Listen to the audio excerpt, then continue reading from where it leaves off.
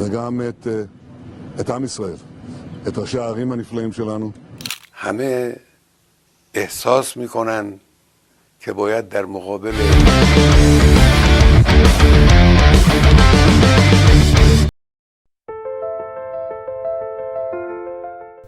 Ketika dunia berharap pada perdamaian, justru suara perang yang kembali menggema. Sejumlah surat kabar, media, dan situs media sosial Iran telah mendiskusikan kemungkinan perang lagi, menyerukan persatuan nasional untuk menggagalkan serangan militer lebih lanjut terhadap Iran.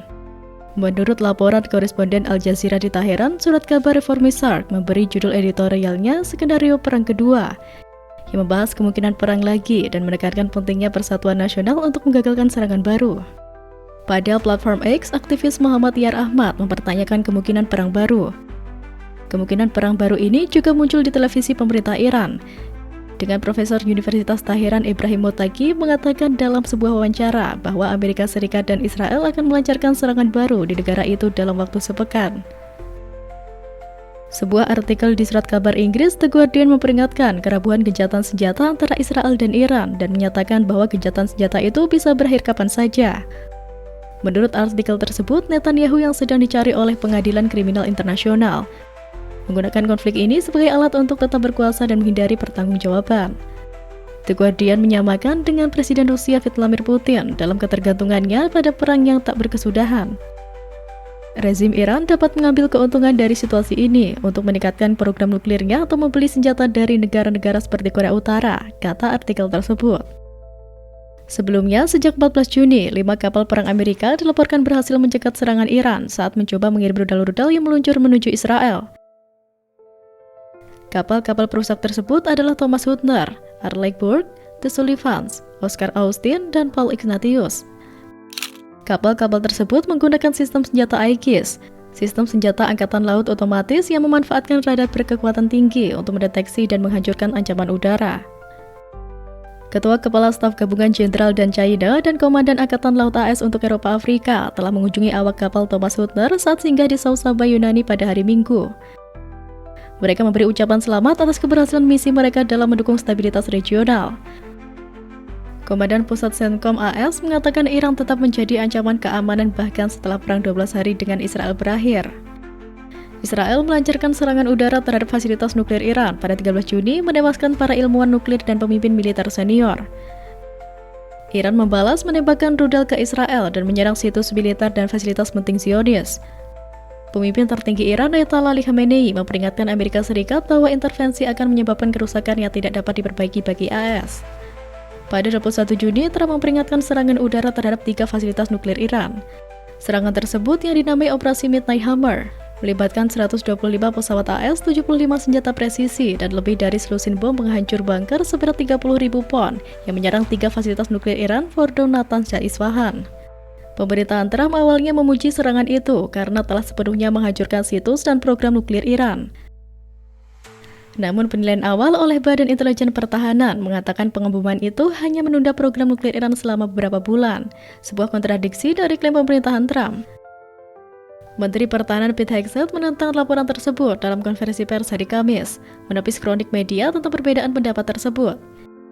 Hegseth mengutip penilaian tersebut sebagai awal dan kurang meyakinkan, dan mengatakan serangan itu mengakibatkan kerusakan parah pada situs-situs nuklir Iran. Setelah operasi Midnight Hammer, Iran melancarkan serangan rudal pada tanggal 23 Juni terhadap pasukan Amerika Serikat yang ditempatkan di pangkalan udara Al-Udeid di Qatar. Tetapi pasukan Qatar mencegat serangan tersebut. Dan bukan tidak mungkin jika Amerika terus berulah dan juga akan melancarkan besar-besaran ke kapal perang Amerika yang selama ini mengklaim berhasil mencegat rudal-rudal Iran yang menuju Israel.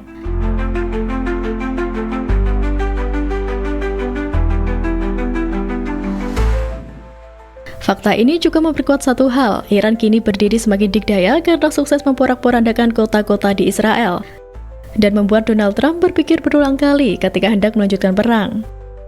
Padahal militer Iran mengklaim hanya menggunakan 5% misilnya untuk melawan Israel dan AS. Sedangkan Amerika Serikat dan Israel sudah hampir kehabisan misil untuk digunakan menembaki rudal dan drone Iran.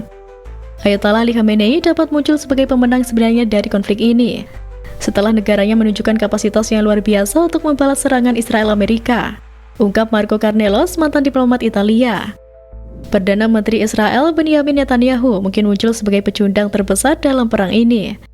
Netanyahu tampaknya tidak berhasil menghancurkan program nuklir Iran. Ia juga tidak mampu menyeret AS ke dalam konfrontasi militer yang berkepanjangan dengan Iran.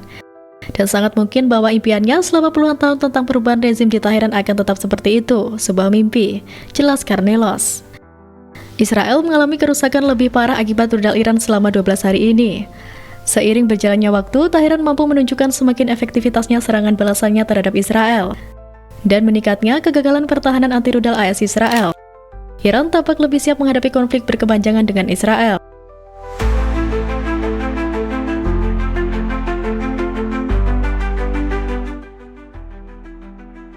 Di sisi lain, tekanan dari dalam negeri Israel tak kalah memanas. Rakyatnya sendiri kini turun ke jalan, mendesak Netanyahu untuk mengakhiri perang yang tak kunjung usai. Dari luar dan dalam, tekanan datang bertubi-tubi. Netanyahu semakin kehilangan pijakan.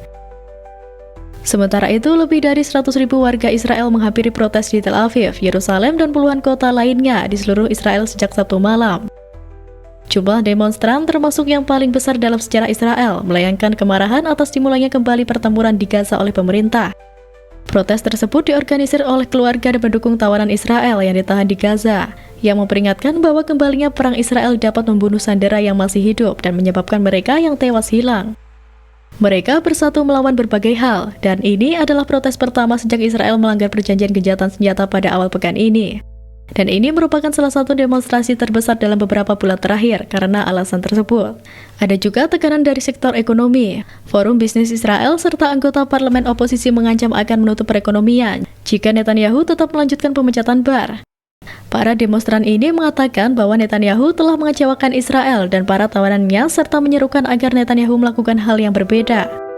Di lapangan Habimah Tel Aviv, puluhan ribu orang memenuhi alun-alun dan tumpah ke jalan-jalan sekitarnya untuk melakukan demonstrasi mingguan anti pemerintah, peningkatan yang signifikan dibanding akhir pekan sebelumnya.